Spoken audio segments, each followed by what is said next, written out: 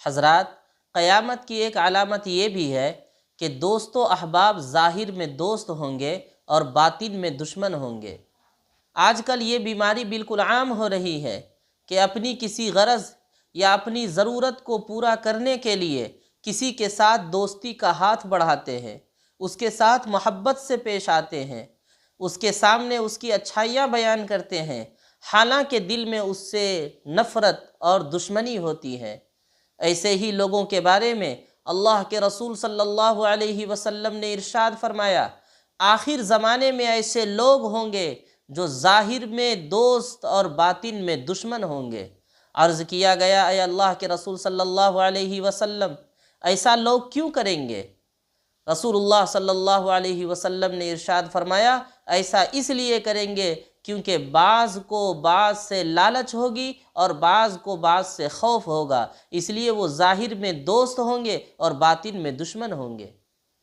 حضرات، اللہ کے رسول صلی اللہ علیہ وسلم کی یہ پیشین گوئی پورے طور پر ثابت ہو رہی ہے، اس لیے کہ آج کے معاشرے کے اندر، سماج اور ماحول کے اندر جس طرح کے حالات ہیں اور لوگوں کے جو آپس میں تعلقات ہیں، وہ اس حدیث کو پورے طور پر واضح کرتی ہے۔ اللہ کے رسول صلی اللہ علیہ وسلم نے جو فرمایا کہ بعض کو بعض سے لالچ ہوگی،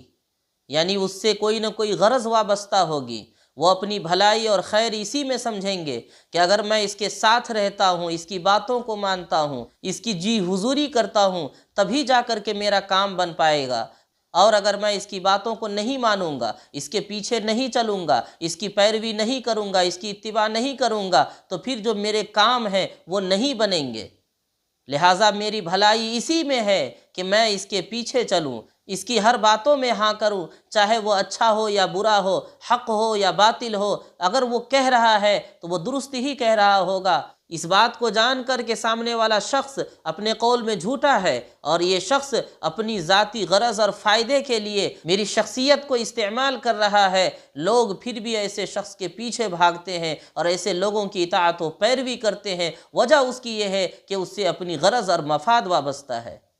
اور بعض کو بعض سے خوف ہوگا، یعنی اگر میں اس کے پیچھے نہیں چلوں گا، اس کی اطاعت و پیروی نہیں کروں گا تو یہ مجھے نقصان پہنچا سکتا ہے، مجھے ضرر پہنچا سکتا ہے، اگر میں اس کی حقیقت کو دنیا کے سامنے اجاگر کروں گا تو یہ مجھے کوئی تکلیف دے سکتے ہیں، لہٰذا میری بھلائی اسی میں ہے کہ میں خاموشی اختیار کروں۔ اللہ تعالیٰ اخلاص کی مال و دولت سے ہمیں مالا مال فرمائے اور ایسے لوگوں کے شرور و فتن سے ہماری حفاظت فرمائے۔